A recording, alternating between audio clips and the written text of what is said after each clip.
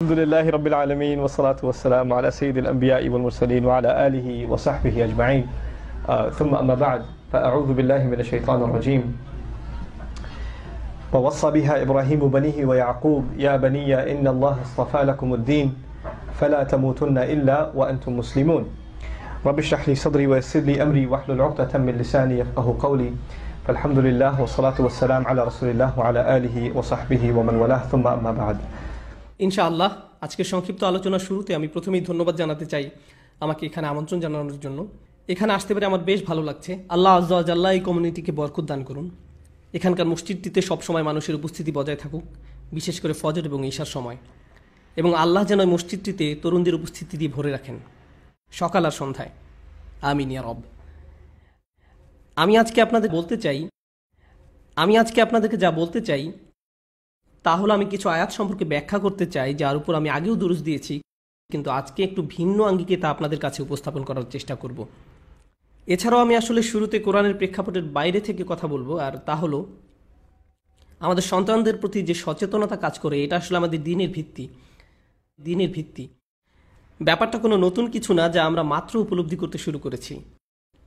আমাদের ভবিষ্যৎ প্রজন্মের জন্য যে চিন্তা কাজ করে, এটা আমরা পেয়েছি আমাদের পিতা ইব্রাহিম আলাইহিস সালামের কাছ থেকে। আসলে তারও আগে আমরা যেই সচেতন বাবার কথা জানতে পেরেছি, তিনি ছিলেন নূহ আলাইহিস সালাম। নূহ আলাইহিস সালাম তার সন্তানদের ব্যাপারে বেশ উদ্বিগ্ন ছিলেন। তিনি আল্লাহ তাআলার কাছে সন্তানদের উদ্ধারের জন্য প্রার্থনা করেছিলেন। তো আমাদেরকে সন্তানদের দ্বীনি বিষয়ে আমাদের সচেতনতা এই ধর্মে বহু পুরাতন ভিত্তি, এই ধর্মের একটি মৌলিক অংশ। আর আল্লাহ আজ্জা ওয়া জাল্লা আমাদের একটা বিষয় শিখাতে চেয়েছেন। আমাদের বেশ কয়েকবার এমন নবীদের ব্যাপারে জানিয়েছেন যাদের নিজ সন্তানদের মধ্যে সমস্যা ছিল। অনেকবার ইব্রাহিম আলাইহিস সালামকে আল্লাহ অত্যন্ত নেককার দুজন সন্তান দিয়েছিলেন। তাকে দিয়েছিলেন ইসমাইল এবং ইসহাক। তিনি দুজন অপূর্ব সন্তান পেয়েছিলেন, কিন্তু নূহ আলাইহিস সালাম তেমন পাননি। ইয়াকুব আলাইহিস সালাম কয়েকজন অনুগত সন্তান, আবার কয়েকজন সমস্যাগ্রস্ত সন্তান পেয়েছিলেন, তবে বেশিরভাগই অবাধ্য ছিলেন, তাই না? তার মানে আমাদের নবীদের মধ্যে এমন কয়েকজন সন্তানদের ব্যাপারে সমস্যায় পড়তে হয়, তাহলে আপনি আমরা যতই চেষ্টা করি না কেন, আমরা সন্তানদের ব্যাপারে আমাদের সমস্যাকে এড়িয়ে যেতে পারবো না। এটা আল্লাহর কদরেরই অংশ। আল্লাহ আমাদের কয়েকজনকে অনুগত সন্তান দান করবেন, কিংবা আমাদের কিছু সন্তান হবে অনুগত, আবার কিছু সন্তান হবে আমাদের জন্য পরীক্ষা স্বরূপ। আর আমাদের সব ধরনের সন্তানকে বড় করে তুলতে হবে। এটা আমাদের দিনেরই একটা অংশ, আমাদের জীবনের অংশ। দুটি বাচ্চা কখনোই একই রকম হবে না। কেবল একটা সূত্র প্রয়োগ করে আপনার সব বাচ্চাকে বড় করতে পারবেন না। উদাহরণস্বরূপ ইয়াকুব আলাইহিস সালামের কথাই ধরুন। আমরা এটা বিশ্বাস করি না যে তিনি ইউসুফ আলাইহিস সালামকে বেশি স্নেহ করেছিলেন এবং অন্যদের প্রতি কম যত্ন নিয়েছিলেন, তাই তারা অমন আচরণ করেছিলেন। তিনি একজন নবী ছিলেন। অবশ্যই একজন নবীর অন্যতম প্রধান কাজ হলো ন্যায়নিষ্ঠভাবে জীবনযাপন করা। আর আপনি যদি আপনার এক সন্তানের প্রতি স্নেহশীল হন আর অন্যদের প্রতি তা না করেন, তাহলে তাতে সুবিচার হলো না। আমরা ইয়াকুব আলাইহিস সালামের কাছে এমনটা আশা করি না। অর্থাৎ বাবা হিসাবে যতটুকু করা সম্ভব ছিল তিনি করেছিলেন। আলহামদুলিল্লাহ, শেষে তারা তওবাও করেছিলেন, আর এটা তার প্রতি আল্লাহর উপহার ছিল। কিন্তু যেমনটা আমি বলেছিলাম, নূহ আলাইহিস সালামের ক্ষেত্রে তার ছেলেরা শেষ পর্যন্ত তওবা করেনি। আবার তারা নবী ছিলেন দেখে আপনি হয়তো ভাবতে পারেন যে কারো খুব ভালো চাকরি থাকলে তাতে বাড়তি সুযোগ সুবিধা থাকে। যেমন আপনার কেউ খুব ভালো চাকরি করেন, তাই আপনার পুরো পরিবারের জন্য আপনি হেলথ ইন্স্যুরেন্স পাচ্ছেন, তাই না? একজন নবীর চাকরি তো বেশ ভালো পদের, তিনি আল্লাহর কর্মচারী। এখানে তো তিনি কিছু সুযোগ সুবিধা পেতেই পারেন। আমি অন্তত আমার পরিবারের ব্যাপারে নিশ্চিন্ত থাকতে পারি। কোনো নবীকেই তার পরিবারের নিশ্চয়তা দেওয়া হয়নি, না তার স্ত্রী, না তার সন্তান। এমনকি আমাদের নবী মুহাম্মদ রাসূলুল্লাহ সাল্লাল্লাহু আলাইহি সাল্লামের ক্ষেত্রেও একটা অভাবনীয় হাদিস আপনারা দেখবেন যে তিনি যখন তাঁর সন্তানদের সঙ্গে কথা বলছেন, ফাতিমাতুজ জাহরা রাদিয়াল্লাহু তাআলার সঙ্গে, তিনি বলছেন, ফাতিমা, মুহাম্মাদের কন্যা, আল্লাহর ব্যাপারে সতর্ক হও, আল্লাহর ব্যাপারে সাবধান থাকো, কারণ আল্লাহর সামনে আমি তোমাকে কোনো সাহায্য করতে পারবো না। তিনি এই কথা বলছেন নিজের মেয়েকে সাল্লাল্লাহু আলাইহি সাল্লাম। অন্য কথায় তিনি আমাদেরকে খুবই গুরুত্বপূর্ণ কিছু শিখাতে চাইছেন। কেবল আমরা মুসলিম হয়েছি বলে, আমাদের সাধ্যমতো চেষ্টা করেছি বলে আমরা এমন সন্দেহ পোষণ করতে পারি না যে আমাদের নবীজি সাল্লাল্লাহু আলাইহি সাল্লাম তার সর্বোচ্চ চেষ্টার চেয়ে কোনো অংশ কম করেছেন। তিনি ভবিষ্যতে সকল বাবাদের জন্য আদর্শ, বিশেষ করে কন্যা সন্তানদের। আমরা যারা এখানে বসে আছি এবং আমাদের মধ্যে যাদের মেয়ে আছে, আমরা তো অনুগ্রহপ্রাপ্ত। আমরা রাসূল সাল্লাল্লাহু আলাইহি সাল্লামের সুন্নাহকে বজায় রাখতে পেরেছি, কারণ তিনিও ছিলেন কন্যা সন্তানের বাবা। তার ছেলেও হয়েছিল, কিন্তু তারা খুব অল্প বয়সী মারা গিয়েছিল। আল্লাহ তাকে একাধিক মেয়ে সন্তান উপহার দিয়েছিলেন এবং তাদের লালন পালন করার দায়িত্ব উপভোগ করতে দিয়েছিলেন। এটা এমন একটা দায়িত্ব যার জন্য আমাদের সম্মানিত বোধ করা উচিত। এই কারণে আমাদের মেয়ে সন্তান হওয়ার ব্যাপারে আমাদের চিন্তার ধারণা বদলে গিয়েছে। ইসলামের পূর্বে, উদাহরণস্বরূপ ইন্ডিয়ার কথা চিন্তা করুন, যেখানে মেয়ে সন্তান হওয়ার যে কালচার ইসলামের পূর্বে, এমনকি আরব দেশেও যখন আপনার মেয়ে সন্তান হতো আপনি আপনার চেহারা বিকৃত করতেন। এখন আমি সমাজকে কি করে মুখ দেখাবো? এই যুগে এসেও মুসলিম সমাজে আমাদের কারো কারো পরিবারেই আপনি আপনার স্ত্রীকে নিয়ে হাসপাতালে আছেন, সে প্রায় মারাই যাচ্ছিল সন্তান জন্ম দিতে গিয়ে, কিন্তু সন্তান জন্মের সঙ্গে সঙ্গে আপনার মা আপনাকে টেক্সট করলেন। ভালো খবর তো? এ কথার মানে কি? তিনি আসলে জিজ্ঞেস করছেন ছেলে হয়েছে কিনা। এরপর আপনি কোনো উত্তর না দিলে তিনি আপনাকে সান্ত্বনা দিলেন, অসুবিধা নেই, এর পরের বার হবে ইনশাআল্লাহ। যেন মেয়ে হওয়ার ব্যাপারটা খুবই দুঃখজনক। সুবহানাল্লাহ, কত নিচে নেমে গিয়েছি আমরা। আল্লাহ আসলে সেসব মানুষের ব্যাপারে কোরআনে অভিযোগ করেছেন যারা তাদের কন্যা সন্তানকে মর্যাদা দেয় না। যখন মেয়ে জন্ম নেয় তার মুখ কালো হয়ে যায়, যেন কালো মেঘ তার মুখকে ঢেকে রেখেছে, আর সে হতাশায় ডুবে ভাবছে আমার এইমাত্র একটা মেয়ে হয়েছে। তার মুখ কালো হয়ে যায়। সুবহানাল্লাহ। তো আমাদের সন্তানদের ব্যাপারে দুশ্চিন্তা করা নিয়ে কথা বলার আগে আমাদের প্রথমে ভাবা উচিত বাবা মা হিসাবে আমরা কতটা যোগ্য। এই বিষয়টা প্রথমে খেয়ালে আনতে হবে। আর এটা আসলে বেশ বড় একটি সমস্যা। তবে এটা আমার সূচনা নয়। আমি যা বলে শুরু করতে চাচ্ছিলাম, যে আমি আগে বলেছিলাম যে সন্তানদের প্রতি সচেতনতা আমাদের দিনেরই ভিত্তি, এই দিনের একটা মৌলিক অংশ। আর এটা এমন একটা বিষয় যাতে আমরা প্রজন্ম থেকে প্রজন্ম আমরা যথেষ্ট সফল, আলহামদুলিল্লাহ। এই দিনের একটা মৌলিক অংশ। সন্তান বড় করার কাজে আমরা বেশ ভালো, যুগ যুগ ধরে, আলহামদুলিল্লাহ। অবশ্যই পৃথিবী অনেক বদলে গিয়েছে নবী সাল্লাল্লাহু আলাইহি সাল্লামের যুগের পরে, কিন্তু সন্তান লালন পালনে মুসলিমদের সফলতা অন্য যে কারো চেয়ে ভালো ছিল, আলহামদুলিল্লাহ, বর্তমান সময়ের আগ পর্যন্ত। আজকের দুনিয়া এতটা আকস্মিকভাবে বদলে যাচ্ছে যে এটা শুধু সরকার কিভাবে পরিচালিত হবে তাতে প্রভাব রাখছে না, এটা আমাদের অর্থনীতিতে প্রভাব রাখছে। কিভাবে এক দেশ অন্য দেশের সাথে সম্পর্ক বজায় রাখছে, কিভাবে ইন্ডাস্ট্রি গড়ে উঠছে, শুধু তাতেই প্রভাব বিস্তার করছে না, বরং এটা আমাদের পরিবারগুলোকেও প্রভাবিত করছে। শুধু মুসলিম পরিবার নয়, সকল পরিবার। বর্তমান বিশ্ব নাটকীয়ভাবে পরিবর্তিত হয়ে যাচ্ছে। আমাদের পরিবারের এখন যেমন অবস্থা দেখতে পাচ্ছি, এর আগে কখনো এমনটা ছিল না। সন্তানদের এখন যেভাবে বড় করা হচ্ছে, ইতিহাসের আর কোনো যুগে কিংবা অন্য কোনো সংস্কৃতিতে এমন আকার ধারণ করেনি। শুধু মুসলিম সংস্কৃতির ক্ষেত্রে নয়, সবার ক্ষেত্রেই। বিশ্বায়ন আর যোগাযোগ ব্যবস্থার বৃহৎ উন্নয়নের কারণে তার উপর ভোগবাদের চরম পর্যায়ে সৃষ্টি হওয়ায়, আমি একে পুঁজিবাদ বলি না, বরং বলি ভোগবাদ। আমরা পণ্যের আসক্ত ভোক্তায় পরিণত হয়েছি। আমি একে পুঁজিবাদ বলি না, বলি ভোগবাদ। আর এই মানসিকতা আমাদের ঘরের ভিতরেও প্রবেশ করে ফেলেছে। আমি একটা ছোট উদাহরণ দিচ্ছি আমি যা বলছি সে ব্যাপারে। আপনাদের বাচ্চারা, যেহেতু আপনারা অনেকেই এখানে অভিভাবক, আপনাদের বাচ্চারা আপনাদের কাছে কী নিয়ে বেশি আবদার করে? তারা কিসের জন্য সব সময় বায়না ধরে থাকে? ক্যান্ডি। মাশাআল্লাহ, সত্যি আপনার তো বেশ সরল মনা বাচ্চা, তারা আপনার কাছে কেবল ক্যান্ডি চেয়েছে। আচ্ছা, আরও বলতে থাকুন। আইপড, প্লে স্টেশন, গাড়ি। তারা বড় হয়ে গিয়েছে, গাড়ি, খেলনা। অধিকাংশ ক্ষেত্রেই তারা এইসব আইপডের খবর কোথায় পায়? তারা কি স্বপ্নে দেখতে পায়? যেমন ইসুফ আলাইহিস সালাম দেখেছিলেন 11টা তারা আর চাঁদ, তো তারা কি স্বপ্নে দেখে ফেলেছে অ্যাপেল প্রোডাক্ট? কেন আব্বু, আমি দেখেছি যে একটা অ্যাপেল একটা ফোনের পরে। এই স্বপ্নের মানে কি?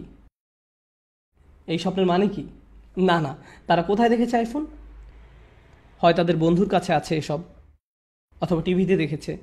তারা যখন দেখলো তার অন্য বন্ধুর কাছে এসব আছে, তারা আপনাদের বলে আমি ওরকম স্নিকার চাই, আমি ওরকম শার্ট চাই, আমি ওরকম খেলনা চাই। এই সমস্ত খেলনার আইডিয়া তারা কোথায় পায়? এসবের ইলহাম কোথা থেকে আসে? এগুলো এসেছে মিডিয়া থেকে। আমরা আমাদের বাচ্চাদের সামনে মিডিয়ার জগৎ উন্মুক্ত করে দেই, আর এই মিডিয়া বাচ্চাদেরকে তারা মূলত এইসব খেলনার জন্য করজোর বায়না করতে শেখায়, যেন আমরা তাদের এই সমস্ত খেলনা কিনে দেই, আর তখন আমরা এগুলো কিনি। তাছাড়া বাচ্চারাই যে এসবের ক্ষেত্রে শিকার তা কিন্তু না, আমরাও এর অন্তর্ভুক্ত। আমরা যেসব ব্র্যান্ডের জামা পরি, আপনি আসলে নিজেকে খুব হাই ক্লাস মানুষ ভাবতে শুরু করেন। হঠাৎ করে যখন আপনি একটা দামি ঘড়ি পরেন, হঠাৎ যেন আপনার মনে হতে থাকে সব মানুষের ভিড়ে আপনার মান মর্যাদা বেড়ে গিয়েছে। যেই মুহূর্তে আপনি অ্যাপেল স্টোর থেকে একটা আইফোন হাতে নিয়ে বেরিয়ে আসলেন, হঠাৎ যেন আপনার নিজেকে খুব হ্যান্ডসাম লাগে। কিছু একটা তো হয়েছে, আমি বুঝতে পারছি না আমি কীভাবে এত কুল হয়ে গেলাম। এটা জাস্ট হয়ে গেল। আমরা আসলে ভেবে নেই মানুষ হিসাবে আমাদের মর্যাদা বেড়ে গিয়েছে এসব পণ্যের ক্রেতা হয়েছি বলে। আর আপনি যদি কোনো ব্র্যান্ডের কাপড় না পরেন, অথবা ওই ফোনটা যদি আপনার না থাকে, আপনার যদি এই খেলনাটা নেই অথবা ওই খেলনাটা নেই, কোনো কারণে আপনি অন্যদের সমমান সম্পন্ন নন, অন্যরা আপনার চেয়ে ভালো, শুধু এই কারণে যে তাদের হাতে যেটা আছে সেটা আপনারটার থেকে ভালো। তো আমরা মুসলিমরা আমরা কেমন যেন অবচেতন ভোক্তায় পরিণত হয়ে গিয়েছি, এমনটাই আমাদের অবস্থা। আমরা এই সমাজে সন্তান লালনের কথা বলার আগে আমাদের এটা বুঝতে হবে যে আমাদের চারপাশে দুনিয়াতে আসলে কি হচ্ছে, আমাদের সকলের সঙ্গে কি হচ্ছে, আর সারা দুনিয়াতে কি হচ্ছে। কার্যকর উপায়ে সন্তান লালনের কথা ভাবার আগে আমাদের এসব ব্যাপার ভেবে দেখতে হবে। এটা বেশ বড় একটা সমস্যা। দ্বিতীয় বড় সমস্যাটা হলো আপনার কাছে সাফল্যের মানে কি, কি সে আপনার মর্যাদা বাড়ায়। এখন তো বাচ্চাদেরকে এই মানসিকতা দিয়ে বড় করা হচ্ছে যে তাদের মূল্য এসব প্রোডাক্ট দ্বারা নির্ধারিত হয়। যে ব্র্যান্ডের কাপড় পরছেন, যে বাসায় থাকছেন, যে গাড়িটা চালিয়ে তাকে স্কুলে দিয়ে আসছেন, যে ব্র্যান্ডের ব্যাগ কাঁধে নিচ্ছেন, এসব ব্যাপার এগুলো আপনার মূল্য যাচাই করছে। আর এর সাথে যোগ হয়েছে আরও একটা সমস্যা, জীবনে সফল হওয়া বলতে কি বোঝায়। সাফল্য সম্পর্কে আমাদের ব্যক্তিগত ধারণা 20, 30 কিংবা 40 বছর আগেও যা ছিল এখনও তাই আছে। মুসলিম বিশ্বের অধিকাংশের জন্যই ব্যাপারটা সত্য যে আমাদের মধ্যে কারো কারো হয়তো শিক্ষার ভালো সুযোগ ছিল না, কিংবা আপনাদের বাবা মায়ের সেই সুযোগ হয়নি, তো তারা তাদের সব ধরনের প্রচেষ্টা লাগিয়ে দেয় তাদের বাচ্চাকে শিক্ষিত করে তুলতে। আর আপনি আপনার জীবন থেকে এই শিক্ষা পেয়েছেন, তাই আপনি বলেন আমার বাচ্চার জন্য আমি সর্বোচ্চ শিক্ষা অর্জনের ব্যবস্থা করব। যদিও এই ইচ্ছা পূরণ করতে গিয়ে তাকে প্রাইভেট স্কুলে পাঠাতে হয়, বাড়ি ভাড়া নিতে হয়, অ্যাপার্টমেন্ট ভাড়া নিতে হয়, অস্বস্তিকর পরিবেশে থাকতে হয়, তারপরেও তাদের সুশিক্ষার স্বার্থে আপনি তা করতে রাজি আছেন। যদি আমার অস্বাভাবিক লোন নিতে হয় তাকে আইভি লিগ বা মেড স্কুলে পাঠাতে, কিংবা তাকে কোনো লিড প্রোগ্রামের অন্তর্ভুক্ত করতে, আমরা তা করতে রাজি আছি। কেন? কারণ আপনাদের কাছে সাফল্যের সবচেয়ে গুরুত্বপূর্ণ ধাপ কি? আপনাদের বাচ্চার সুশিক্ষা। আর এখানে যারা আপনাদের সন্তান, তাদেরকে এটা বারবার বলা হয়েছে তোমাকে শিক্ষা নিতেই হবে, তুমি একজন ব্যর্থ মানুষে পরিণত হবে যদি তুমি শিক্ষা না পাও, তোমাকে কলেজ পাশ করতে হবে, এটা পাশ করতে হবে, ওটা পাশ করতে হবে। আর আপনি যদি ইন্দো ভারতীয় অঞ্চলের হয়ে থাকেন তবে অবশ্যই আপনি একজন ব্যর্থ মানুষ যদি আপনি ফিজিশিয়ান হতে না পারেন। এ দুনিয়ায় আপনার থেকে আর আশা করার কিছু নেই। এখন আপনার জন্য কেবল একটাই দরজা খোলা আছে, আর সেটা হলো আখিরাত। আপনি সার্জন হতে পারেননি দেখে আপনার বাবা মা আপনার প্রতি অসন্তুষ্ট। আর ডেন্টিস্ট তো একেবারেই হবেন না, ডেন্টিস্ট হওয়া তো অপমানজনক, সেটা নিয়ে চিন্তা করে সময় নষ্ট করার দরকার নেই। এই আমাদের অবস্থা। তবে খেয়াল করুন, ফিজিশিয়ান হওয়া আমাদের একটা নির্দিষ্ট গোষ্ঠীর কাছে কেন এত গুরুত্বপূর্ণ আপনি জানেন কেন? কারণ এতে সবচেয়ে বেশি টাকা আসে। এজন্য না যে আপনি কারো জীবন বাঁচাতে পারছেন কিংবা মানবতার সাহায্য করছেন, এই ধারণার সাথে ফিজিশিয়ান হওয়ার কোনো সম্পর্ক নেই। যদি ডাক্তার আর বাস ড্রাইভারদের বেতন সমান হতো তবে দেশি কমিউনিটি বাচ্চাকে ডাক্তার বানানোর জন্য এত লাফালাফি করতো না। আমাদের মাঝে কোনো উৎসাহ নেই নিজের সন্তানকে পৃথিবীর উদ্ধারকর্তা হিসেবে দেখার। না, নেই। বাবা মা খুব খুশি হয়ে যায় যখন দেখে ছেলে ডাক্তার হয়ে ফিরেছে, কিন্তু ছেলে বলছে আমি 3 বছরের জন্য চলে যাব, আমি বন্যা কবলিত এলাকায় যাব, 3 বছরের জন্য কাজ করব, এরপর আমি সোমালিয়া যাব, তারপর পাকিস্তান যাব, তারপর বাংলাদেশ যাব, তারপর মালয়েশিয়াতে। আমি শুধু সেবাদান করব, বেতন নিব না, কোনো লাভের জন্য কাজ করব না। তখন সেই বাবা মা বলবে, ইয়া আল্লাহ, আমরা আমাদের সব টাকা পয়সা ঢেলে দিয়েছি তোমাকে ডাক্তার বানাবার জন্য, আর এখন তুমি এইসব করবে? তোমার তো সেই রকমের রক্তচোষা মেশিনের অংশ হওয়া উচিত ছিল, ইন্স্যুরেন্স বা ফার্মাসিউটিক্যাল কোম্পানিগুলোর অংশীদার। আমরা তো তোমাকে তাই বানাতে চেয়েছিলাম। তুমি কেন মানুষের জীবন বাঁচাবে? তোমার সমস্যা কি? এই হলো আমাদের অবস্থা। এদিকে আমরা ভাবি আমাদের ছেলে মেয়েদের মাঝে ঝামেলা আছে। আমাদের উচিত আয়নায় নিজেদের দেখা। আমরা আসলে কাদের তৈরি করছি? কোনো একটা ব্যাপার একদম গোড়া থেকে পরিবর্তন হয়ে গিয়েছে। আমাদের কাছে সাফল্য হলো টাকা পয়সা। শিক্ষা সম্পর্কে আমাদের ধারণা হলো এমন একটা ক্যারিয়ার যাতে অনেক টাকা আসে। সবকিছুর মূলই অর্থ সম্পদ। আপনি যদি সফল হন এর মানে যে আপনার কাছে অনেক টাকা পয়সা আছে। আপনি যদি সফল হন তার মানে এই যে আপনি শিক্ষা অর্জন করেছেন। শিক্ষা অর্জন করেছেন কোন ফিল্ডে? যেখানে আপনার একটা ভালো ক্যারিয়ার হবে, যার মানে যেখানে আপনি অনেক টাকা পয়সা পাবেন। এটাই এখন সাফল্য। সবশেষ কথা একই। এই ধারণা কিন্তু আগেকার যুগে ছিল না। আগেকার যুগের ধারণা ভিন্ন ছিল। আগে সকলের ধারণা ছিল আপনি শিক্ষিত হয়েছেন এর মানে হচ্ছে আপনি নিজেকে বুঝেন, আপনার চারপাশের জগৎটাকে বুঝেন, আর আপনি পৃথিবীকে আরো সুন্দর বাসযোগ্য করে তোলার জন্য কাজ করছেন। আর এর জন্য কখনো আপনাকে ইতিহাস পড়তে হবে, কখনো সামাজিক বিজ্ঞান পড়তে হবে, কখনো পলিটিক্যাল সায়েন্স পড়তে হবে, কখনো আপনার মিডিয়া নিয়ে পড়াশোনা করতে হবে, কখনো সাংবাদিকতা নিয়ে পড়াশোনা করতে হবে। সমাজে অবদান রাখতে হলে বিভিন্ন ফিল্ডে পড়াশোনা করতে হবে। কেবল একটা ক্ষেত্র নিয়েই পড়ে থাকলে চলবে না। আর তাছাড়া সবচেয়ে সফল কমিউনিটি যেদিক থেকে বিচার করুন না কেন, আমেরিকার সবচেয়ে সফল কমিউনিটি হলো তারাই যারা নিজেদের ছেলে মেয়েদেরকে কেবল একটা ক্ষেত্রে সীমাবদ্ধ করে রাখেনি। আমার এক বন্ধু বলেছিল যদি স্টিফেন স্পলবার্গ পাকিস্তানি ঘরে জন্ম নিতেন তিনি একজন ডাক্তার হতেন। কেন? কারণ আপনি জানেন সেখানকার অবস্থা। তুমি ফিল্ম স্কুলে পড়তে চাও, এসবের মানে কি? তুমি কি মেডিসিন শাস্ত্রে ফেল করেছো? আপনি আপনার বাবা মায়ের ব্লাড প্রেশার বাড়িয়ে দিবেন। এখন চলুন সন্তান বড় করা সম্পর্কে অল্প কিছু কথা বলি। সবচেয়ে আগে আমাদের মানসিকতা বদলাতে হবে। তারা যদি আমাদের মাঝে সফলতার সঠিক সংজ্ঞা খুঁজে না পায়, তারা যদি আমাদের ব্যক্তিত্বের প্রতিফলন দেখতে না পায়, তবে আমরাও এটা আশা করতে পারি না যে তারা সফলতার সঠিক মানে নিজ থেকে বুঝে নিয়েছে।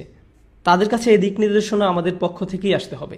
আমরা জানি সবসময় কথা বলি, আমাদের কাছে যে বিষয়গুলো সবসময় গুরুত্বপূর্ণ, যখন স্বামী স্ত্রী পরস্পরের সঙ্গে কথা বলেন তখন বাচ্চা তা শুনতে থাকে, তাই না?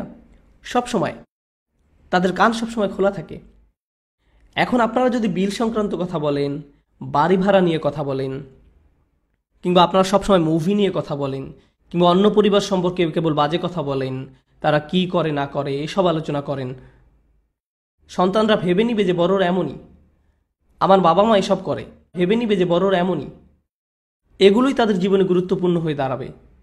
কিন্তু আপনি আর আপনার স্ত্রী যদি কোরআন নিয়ে কথা বলেন, আখিরাত নিয়ে কথা বলেন, অন্যের জন্য ভালো কিছু করার কথা বলেন, কাউকে সাহায্য করার কথা বলেন, তারা আপনারটা দেখেই শিখে নেবে। আপনার তাকে লেকচার দিতে হবে না। এই ব্যাপারে তারা কেবল আপনাকে দেখবে। সবচেয়ে কার্যকর প্যারেন্টিং সেটাই, যেখানে বাচ্চাকে কোনো কাজ করাতে বাবা মায়ের কোনো কিছু বলতে হয় না। তারা দেখতে দেখতে শিখে ফেলে, কারণ তারা এসবই সবসময় দেখছে। আপনাদের মধ্যে অনেকেই ভাবেন যে আমি যদি নোমান ভাইয়ের লেকচারগুলো নিয়ে এসে বাচ্চাদেরকে বসিয়ে শোনাতে পারতাম, ইনশাআল্লাহ এরপর তারা ভালো হয়ে যেত।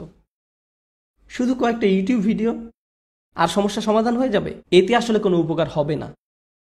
আর আপনি হয়তো এতদিনে সেটা বুঝে ফেলেছেন। আর আপনিই হচ্ছেন আপনার সন্তানদের প্রকৃত কাউন্সিলর। আমি আমার সন্তানের প্রকৃত কাউন্সিলর। আমাদের তাদের সবচেয়ে ভালো বন্ধু হতে হবে। আর এর পরের কথা হচ্ছে বিশ্বের পরিবর্তন। আপনি জানেন পুরনো যুগে বাবা মায়ের সাথে সন্তানদের একটা প্রাকৃতিক সম্পর্ক বিরাজ করত, কিন্তু নতুন যুগে আব্বু দিনের বেশিরভাগ সময় অফিসে কাজ করেন, বাসায় আসেন ক্লান্ত হয়ে। আর যে সময় তিনি ক্লান্ত হয়ে বাসায় আসেন তখন অধিকাংশ বাচ্চাই ঘুমিয়ে পড়েছে। আর যখন তিনি অফিসে যান বাচ্চারা তখনও ঘুমিয়েই থাকে। আর তেমন যদি নাও ঘটে, তিনি হয়তো যাওয়ার আগে বাচ্চাদের 5 মিনিটের জন্য দেখতে পান, যখন তারা ব্রেকফাস্ট করছে। তিনিও চলে যান, তারাও চলে যায়। তার মানে 7 দিনের মাঝে 5 দিনই বাবা আর বাচ্চার মাঝে কোনো কথোপকথন হয় না। তাও যদি হয় সেটা তুমি হোমওয়ার্ক শেষ করেছো, আচ্ছা যাও আমার জন্য পানি নিয়ে আসো, এতটুকুই। এর মাঝেই সীমাবদ্ধ। তারপরে আসে ছুটির দিন। কিন্তু ছুটির দিনগুলোতে এখানে দাওয়াত থাকে, ওখানে পার্টি থাকে, আপনার 12টা পর্যন্ত ঘুমানো লাগে, বাসার কিছু কাজ করতে হয়, ইত্যাদি ইত্যাদি। আপনি তখনও সন্তানদের সঙ্গে সময় কাটান না, তাদের সঙ্গে সত্যিকারের কথাবার্তা বলেন না, তাদের সাথে আপনার আসলে কোনো যোগাযোগই নেই। এটাই মূল সমস্যা। আমাদের বাচ্চাদের জন্য সময় বের করে নিতে হবে সপ্তাহের মাঝে আর সপ্তাহের শেষে। এটাই আপনার এবং আমার জন্য কার্যকরী উপদেশ। আমাদের সন্তানদের জন্য সময় খুঁজে নিতে হবে, কেবল তাদের কথা বলার জন্য, কেবল তাদের সাথে কথা বলার জন্য। শুধু শুনুন তারা কি বলছে আর কথা বলুন তাদের সাথে। আমাদের উচিত তাদের জীবনের একটা অংশ হওয়া, তাদের জীবনের একটা বড় অংশ হওয়া। আপনাদের অনেকের ক্ষেত্রেই আপনাদের সন্তানদের কাছে আপনাদের একমাত্র ভূমিকা হলো আপনি বাড়ির একটা দেয়ালের মতন। এটা সবসময় থাকে, কিন্তু এর সাথে কেউ কথা বলে না। আপনার একে দরকার আছে, আর এটা অনেক গুরুত্বপূর্ণ। এই কারণ ছাড়া আর কোনো সম্পর্ক নেই এর সাথে। আপনি জানেন এ ধরনের বাবা মায়ের সাথে কি হয়? তারা তাদের আচরণের প্রতিফলন পায় যেই মুহূর্তে সন্তানেরা টিনেজার হয়, তারা কিছুটা স্বাধীন হয়ে যায়। ধরুন তখন তারা আপনার কাছে এসে একটা গাড়ি কিনে দিতে বলল, আর আপনি বললেন না, ঠিক আছে আমি আমার বন্ধুদের সাথে চলে যাচ্ছি, আমি একটা চাকরি জোগাড় করে ফেলবো আর কিছু টাকা জমিয়ে নিজের গাড়িও নিজেই কিনে ফেলবো। এরপর একদিন হঠাৎ করে আপনি ছেলের কাছে শুনতে পান, বাবা আমি এখন থেকে আলাদা থাকছি। আলাদা থাকছো মানে? তুমি কোথায় যাবে? সেটা কোনো ব্যাপার না, আমি এখন বড় হয়েছি। আর এখন আপনি দৌড়ে মসজিদে আসেন, ইয়ামু সাহেব আমাকে একটা সূরা বলে দিন, একটা দোয়া বলে দিন যাতে আমার ছেলেটা ভালো হয়ে যায়। ইয়ামু সাহেব, এভাবে কোনো সমস্যার সমাধান হয় না, এভাবে কোনো সমস্যার সমাধান হয় না। যখন তাদের বয়স 17, 18, 19, 20 হয়ে গিয়েছে, তখন জরুরি সংকট অনুভব করলে চলবে না। তাদেরকে গড়ে তুলতে হবে আরও অনেক আগে থেকে। এখন আমি কিছু প্র্যাকটিক্যাল উপদেশ দিতে চাই সেসব অভিভাবকদের জন্য যাদের সন্তানদের বয়স 10-এর নিচে। হাত তুলুন প্লিজ যাদের সন্তানদের বয়স 10-এর কম। খুব বেশি নেই, আলহামদুলিল্লাহ। আমি এই দলে আছি, আমার সবচেয়ে বড়টার বয়স 10। তো আমাদের জন্য আমাদের সবচেয়ে বড় দায়িত্ব হলো সন্তানদের ইসলাম শিক্ষা দেয়া। আমাদের পক্ষ থেকে তাদের ইসলাম শিক্ষা দেয়া, যখন নবী আলাইসাল্লামরা দিন শিক্ষা দিতেন তারা সকলের জন্য তা করতেন। আল্লাহ সুবহানাহু ওয়া তাআলা যখন বাচ্চাদের ইসলাম আর কোরআন শিক্ষা নিয়ে কথা বলেছেন, বাচ্চাদের শেখার বা উপদেশ গ্রহণ করার কথা তিনি খুব কম সময় উল্লেখ করেছেন, কিন্তু যখন তিনি এ সম্পর্কে বলেছেন সেটা সবসময় বাচ্চাদের বাবা মায়ের কাছ থেকে। কথাটা আবার খেয়াল করুন, আল্লাহ যখনই কোরআনে বাচ্চাদের সঠিক পথ প্রাপ্ত হওয়ার কথা বলেছেন সেটা সবসময়ই বাবা মায়ের পক্ষ থেকে হয়েছে, আর অভিভাবকদের মধ্যে থেকে তা সবসময়ই বাবার তরফ থেকে। কারণ মা তো সর্বক্ষণই বাচ্চার পাশেই থাকেন। একজন মাকে কোনো অতিরিক্ত কষ্ট পোহাতে হয় না বাচ্চার পাশেই থাকার জন্য, কিংবা বাচ্চার সবসময় খেয়াল রাখতে, কিংবা তাকে উপদেশ দিতে।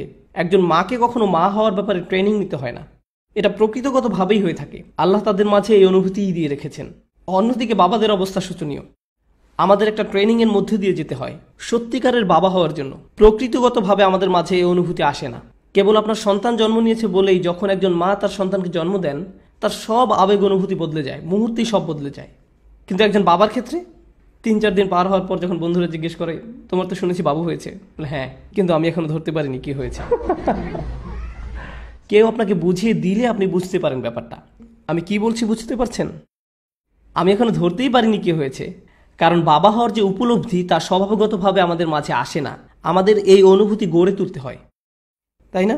এই জন্য আল্লাহ হযরত লুকমানের কথা বলছেন, তিনি কিভাবে সঠিক সুযোগটা বেছে নিচ্ছেন বাচ্চার সাথে কথা বলার জন্য। আমরা দেখেছি ইয়াকুব আলাইসাল্লাম তার সন্তানদের সাথে কথা বলছেন। আমরা ইব্রাহিম আলাইসাল্লামকে পেয়েছি, তিনি তার সন্তানদের ঠিক একই উপদেশ দিয়েছেন যা ইয়াকুব আলাইসাল্লাম বলেছেন। খুব চমৎকার বিষয়টা, কারণ এ থেকে বোঝা যায় একজন বাবা তার সন্তানদের প্রতি দায়িত্ব পালন করছেন। তাকে শুধু এটা শিখিয়ে নয় যে নিজেকে কিভাবে গড়ে তুলতে হবে, বরং তাকে কিভাবে একজন বাবা হতে হবে সেটাও শিখিয়েছেন। আমরাই আমাদের সন্তানদেরকে শিখাবো কিভাবে একদিন ভালো বাবা হতে হবে। কারণ ইব্রাহিম আলাইসাল্লাম শিখিয়েছিলেন ইসহাক আলাইসাল্লামকে, ইসহাক আলাইসাল্লাম শিখিয়েছিলেন ইয়াকুব আলাইসাল্লামকে। এক্ষেত্রে কোরআন কি বলছে? ইব্রাহিম এবং ইয়াকুব অর্থাৎ একজন দাদা আর তার নাতি একদম একই কথা বলছেন। তারা কি কথাটা একই সময় বলেছেন? না, দুজনে সম্পূর্ণ আলাদা দুই প্রজন্মের। এই কথা বলছেন ইব্রাহিম আলাইসাল্লাম। ইব্রাহিম আলাইসাল্লাম বলেছিলেন ইসমাইল এবং ইসহাক আলাইসাল্লামকে, ইয়াকুব আলাইসাল্লাম বলেছিলেন তার 11 জন সন্তানকে। কিন্তু তারা অবিকল একই কথা বলেছেন, হে আমার সন্তানগণ, নিশ্চয়ই আল্লাহ তোমাদের জন্য এই ধর্মকে মনোনীত করেছেন, কাজেই তোমরা মুসলমান না হয়ে কখনো মৃত্যুবরণ করো না। কি অদ্ভুত সুন্দর! আল্লাহ বলছেন দাদা আর নাতি একই উপদেশ দিচ্ছেন। কেন? কারণ একই তারবিয়াহ বংশানুক্রমে চলে এসেছে। এই তারবিয়াহ কিভাবে একজন ভালো সন্তান হতে হবে শুধু সে বিষয় নয়, বরং এক সময় কিভাবে একজন ভালো বাবা হতে হবে তা নিয়ে। এটা সেই তারবিয়ার বৈশিষ্ট্য। অন্য কথায়, আমরা আমাদের সন্তানদেরকে তারবিয়া দিয়ে যাব যখন তারা পরিণত বয়স্ক হয়ে যাবে। আমরা তাদের সন্তানদের লালন পালন ব্যাপারে উপদেশ দিব। আর আমরা যদি আমাদের দায়িত্ব সঠিকভাবে পালন করতে পারি, আমরা যদি পেছনে ফিরে তাকাই, দেখব আমাদের অনেকের বাবা মা আমাদের প্রতি দুর্ব্যবহার করেছেন। অনেকের বাবা মা এমন ছিলেন, তারা তাদের বাচ্চাকে গালিগালাজ করতেন, তিরস্কার করতেন, অপমান করতেন। তাই যখন তাদের সন্তানের বাচ্চা হয় তারা বলে, আমি আমার বাবার চেয়ে ভালো বাবা হব, আমার বাবার মতো আমি হব না, আমি আমার বাচ্চাকে খুব ভালোবাসবো, আমি তার জন্য এই করব সেই করব। কিন্তু আমরা শেষে ঠিক আমাদের বাবার মতনই হয়ে যাই। সত্যিটা শুনতে আমরা পছন্দ করি বা না করি, কোনো না কোনোভাবে ঠিক তাই ঘটে। তো আমরা এখনো শিখছি প্রজন্মের পর প্রজন্মের প্রভাব। যদি আমরা আমাদের কাজ ঠিকমতো করতে পারি, তবে এটা ছাড়াও এখানে একটা গুরুত্বপূর্ণ প্রশ্ন আছে। ইব্রাহিম আলাইসাল্লাম আর ইয়াকুব আলাইসাল্লামের সন্তানেরা কি সমগুণ সম্পন্ন ছিলেন? ইব্রাহিম আলাইসাল্লামের সন্তান কে ছিলেন? ইসমাইল আর ইসহাক। আর ইয়াকুব আলাইসাল্লামের সন্তান কে ছিলেন? ইসু আলাইসাল্লাম, বিনিয়ামিন আর বাকি ভাইরা। তারা কি সমান গুণ সম্পন্ন ছিলেন? না, কিন্তু উপদেশ তো একই রয়ে গিয়েছে, তাই না? ঠিক একই পরামর্শ। আল্লাহ এখানে শিখাচ্ছেন যে আপনার বাচ্চারা সহজ হোক কিংবা জটিল হোক, আপনাকে আপনার কর্তব্য করে যেতে হবে। অভিভাবকত্বের কিছু অংশ কখনোই পরিবর্তন হয় না, তবে কিছু ক্ষেত্রে পরিবর্তন হয়। কিন্তু এই বিষয়ে অভিভাবকত্বের কোনো রূপান্তর ঘটবে না। আপনার সন্তানকে আপনার দ্বীনের শিক্ষা দিতেই হবে, এটা আপনার তরফ থেকেই ঘটবে। এই কাজটা কারি সাহেব করে দিবেন না, ইমাম বা খতিব সাহেব করে দিবেন না, আপনাকেই করতে হবে। তো এখন আমি আসল কথায় ফিরে আসি। আমি আপনাদের সাথে কিছু বাস্তবসম্মত তাৎক্ষণিক উপায় শেয়ার করতে চাই যা আমি সহ আমাদের সকলের কাজে লাগতে পারে। এটা আমার ব্যক্তিগত ধারণা যে ইসলামী শিক্ষা ব্যবস্থায় একটা বিপ্লব ঘটা দরকার। আমি এই কথা দ্বারা কি বোঝাতে যাচ্ছি? এখন ইসলামিক স্টাডিজ হচ্ছে আলিমদের জন্য। একজন আলিম পড়াশোনা করবেন ফিকহ, হাদিস, তাফসির, আকিদা এসব নিয়ে। তারা এসব কিছু নিয়ে পড়াশোনা করে একজন আলিম হবেন, আর তারা এই বিষয়সমূহ নিয়ে অনেক উচ্চ লেভেলের পড়াশোনা করবেন। কিন্তু ঠিক তাদের নিচেই আরেকটি লেভেল আছে, যেটা আমাদের আসলে তৈরি করে নিতে হবে। এটা তেমন একটা দেখা যায় না এখনো। আমাদের সৃষ্টি করতে হবে ইসলামী শিক্ষার এমন একটা লেভেল যেখানে আমরা কেবল আমাদের দৈনিক জীবনযাপনের জন্য ইসলাম শিখব। আমি এখানে ফিক শিক্ষার কথা বলছি না, আমি বলছি বাবাদের প্রতি উপদেশের কথা, স্ত্রীদের প্রতি উপদেশের কথা। এরকম একটা কারিকুলাম, কিভাবে একজন ভালো মুসলিম স্ত্রী হতে হয়, কিভাবে একজন ভালো মুসলিম স্বামী হতে হয়, কিভাবে একজন ভালো মুসলিম বাবা হতে হয়, কিভাবে একজন ভালো মুসলিম ছেলে হতে হয়, ভালো মেয়ে হতে হয়, আল্লাহ কি কি উপদেশ দিয়েছেন এই ব্যাপারে আমাদের একজন ভালো মানুষে পরিণত করার উদ্দেশ্যে। এটাই হলো শিক্ষা। সত্যিকারের শিক্ষা মানে এই না যে আপনি C++ জানেন, আপনার মাইক্রোসফটের উপর একটা সার্টিফিকেশন আসছে, আপনার সিসকোয়ের উপর সার্টিফিকেশন আছে, আর এর সাথে আপনার অ্যাকাউন্টিংয়ের উপর একটা ডিগ্রি আছে, আপনি MBA করেছেন। এত কিছুর মানে হলো আপনি জানেন কিভাবে টাকা পয়সা বানাতে হয়। এর দ্বারা কেবল এটাই বোঝা যায় যে আপনি অর্থ উপার্জনের পথ জানেন। এই শিক্ষা আপনাকে একজন ভালো মানুষে পরিণত করে না। আমি এমন অনেক ফিজিশিয়ানদেরকে চিনি যারা মানুষ হিসাবে জঘন্য। আমি এমন অনেক প্রোগ্রামারদেরকে চিনি যারা মানুষ হিসাবে অত্যন্ত ভয়াবহ। তারা একেবারে জাহিল, তারা একজন ভালো বাবা হওয়ার ব্যাপারে অনভিজ্ঞ। তাদের এত শিক্ষা কি কাজে আসলো? এসব কেবল বুদ্ধিমত্তার শ্রম। আপনার ফ্যাক্টরিতে আপনি কেবল একজন দক্ষ শ্রমিক। এটা যদিও একটা ভার্চুয়াল ফ্যাক্টরি, কিন্তু আপনি একজন শ্রমিক ছাড়া আর কিছুই না। আমাদেরকে ইসলামী শিক্ষা ব্যবস্থায় এক বৈপ্লবিক পরিবর্তন আনতে হবে, যে শিক্ষা ব্যবস্থার মূল লক্ষ্য সবাইকে আরো ভালো মানুষে পরিণত করা, আদব শিখানো। কিছু বিশেষ দিকে আমাদের সাহায্য প্রয়োজন, যা আগে কখনো প্রয়োজন হয়নি। আমি আপনাদের বলেছিলাম যে আমাদের ঘরের ভিতরে যা হচ্ছে সেটাও বর্তমানে টার্গেট করা হচ্ছে। বেশিরভাগ মুসলিম বাবা এখন জানেনই না ভালো বাবা হওয়ার মানে কি। এগুলো আমাদের কাছে খুব সহজ এবং স্বাভাবিক ছিল আগে। এই দায়িত্বগুলো বোঝা খুব একটা কঠিন ছিল না। কিন্তু এখন বৈশ্বিক পরিবর্তনের কারণে, আমাদের জীবনযাপন পদ্ধতির পরিবর্তনের কারণে আমাদের এসব আবার শিখতে হবে। এই জ্ঞানের কাছে ফিরে এসে আবার নতুন করে শিখতে হবে। বিশেষ করে কিভাবে সন্তান লালন পালন করতে হয় তা জানতে হবে। আপনারা এক সেট CD পাবেন, আমার মনে হয় অনলাইনে MP3ও পেয়ে যেতে পারেন। আমি চাই আপনারা সবাই সেটা শুনবেন। সিডিগুলো আমার করা না, এমন একজন ভাই করেছেন যাকে আমি খুব বেশি সমাদর করি, ভাই Hisham Al Awadi, children around the messenger. তার একটি সিরিজ হলো চিলড্রেন অ্যারাউন্ড দ্য মেসেঞ্জার আর মাদার্স অফ বিলিভার্স। এই দুইটি সিরিজ আমি চাই এখানে সবাই, বিশেষ করে বাবারা, তাদের সম্পূর্ণ পরিবার নিয়ে শুনবেন। চিলড্রেন অ্যারাউন্ড দ্য মেসেঞ্জার, বাবারা তাদের সম্পূর্ণ পরিবার নিয়ে শুনবেন। এটা খুবই গুরুত্বপূর্ণ। এটা আমাকে গভীরভাবে উপকৃত করেছে, আর এটা সাধারণ অভিভাবকদেরও অত্যন্ত উপকারে আসবে। এগুলো আমাদের খুব স্বল্প রিসোর্স হলেও অত্যন্ত মূল্যবান। আমাদের এই সুবিধাগুলো কাজে লাগাতে হবে।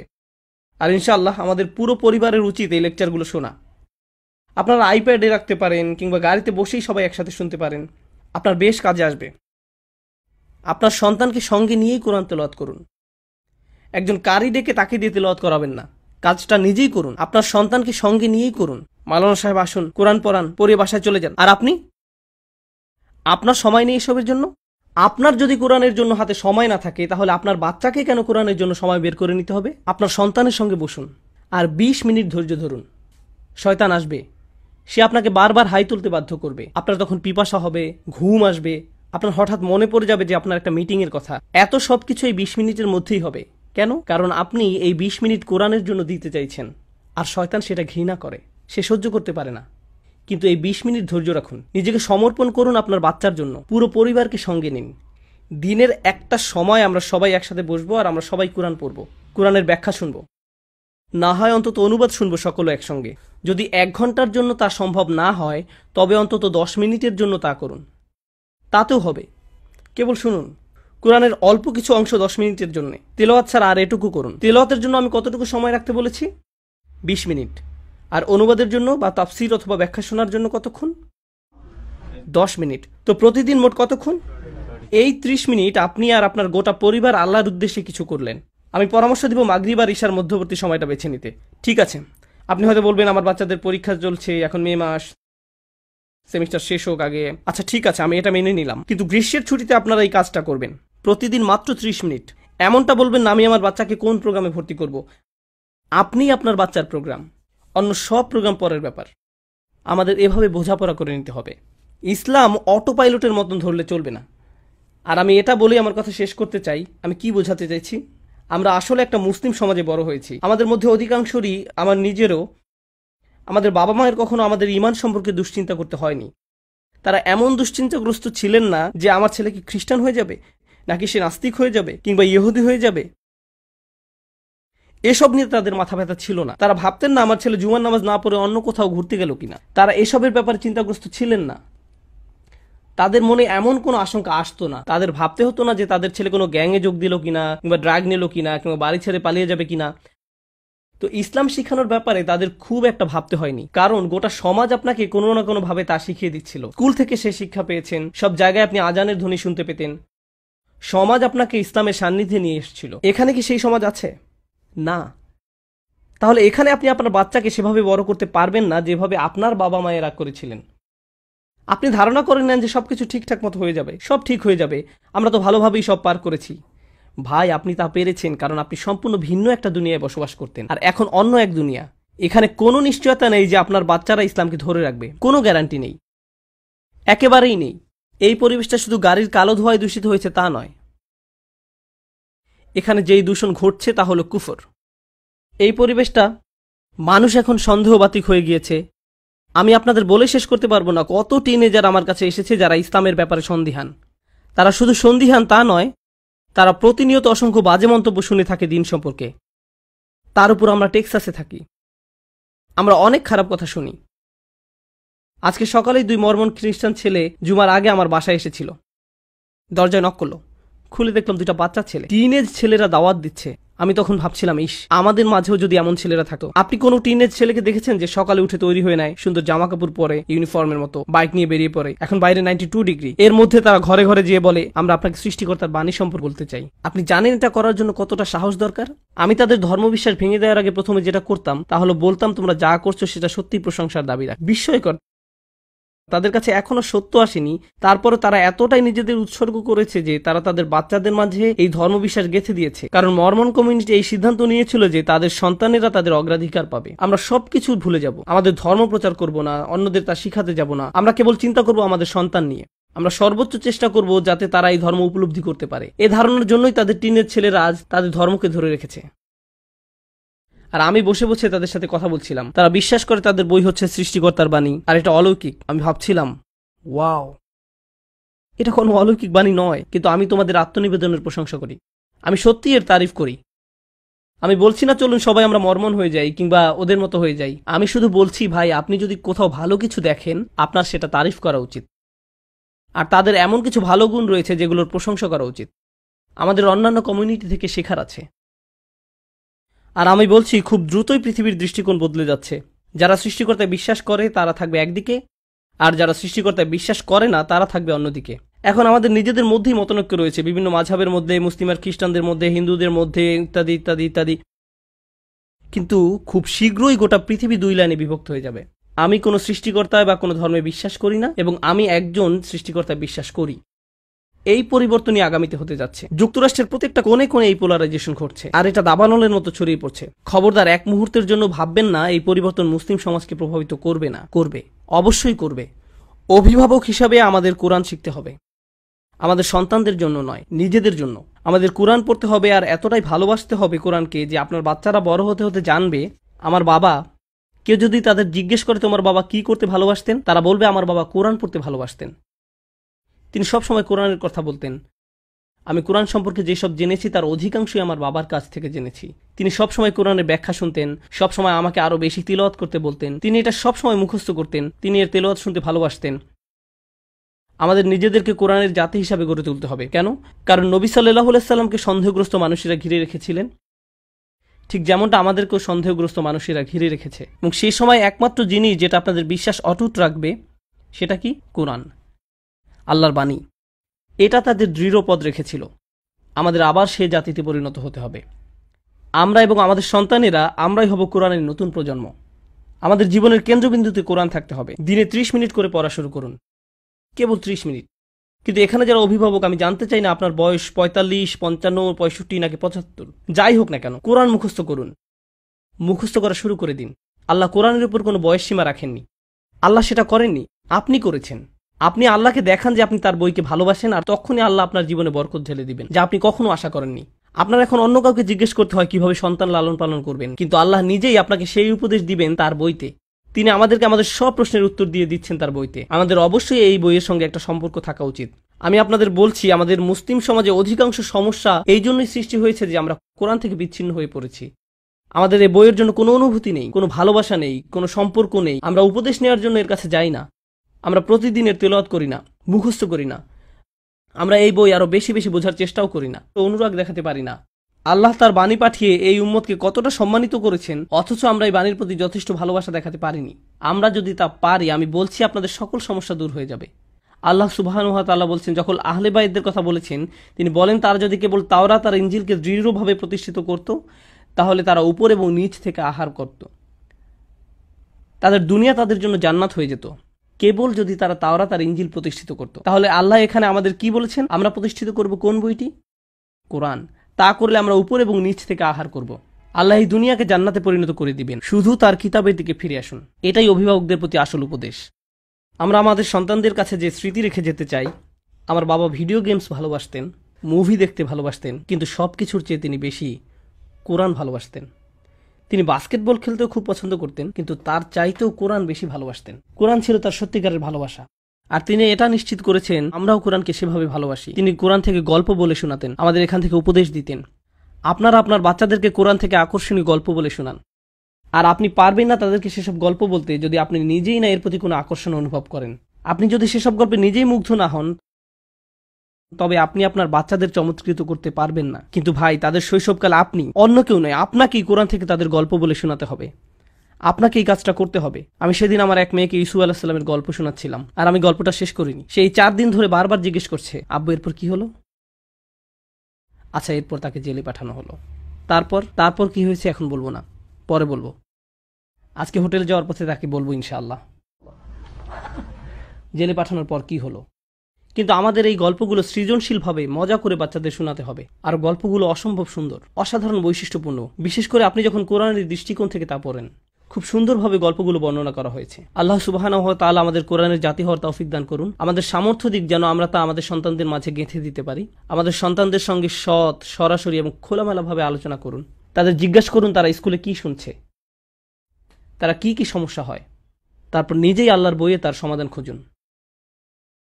তুমি জানো তোমার বন্ধু যে তোমাকে কথাটা বলল, তুমি যে বাজে জিনিসটা দেখলে, আল্লাহ এই সম্পর্কে কি বলছেন? চলো তোমাকে দেখাই। আক্ষরিকভাবে বাচ্চাদের দেখিয়ে দিন কিভাবে আল্লাহর কাছে সমাধান খুঁজতে হয়। আমাদের এই কাজটাই করতে হবে। আমাদের এমন প্রজন্ম গড়ে তুলতে হবে। আল্লাহ সুবহানাহু ওয়া তাআলা আমাদের সকলকে এই কাজটা করতে সাহায্য করুন। প্রত্যেক মুসলিমের জীবনে বরকত ঢেলে দিন। আল্লাহ যেন আরো বরকতের উপর বরকত ঢেলে দিন। আমাদের কোরআনের প্রতি ভালোবাসা, অনুরাগ, সময় আর আত্মনিবেদনের জন্য আমাদেরকে বরকত দান করেন।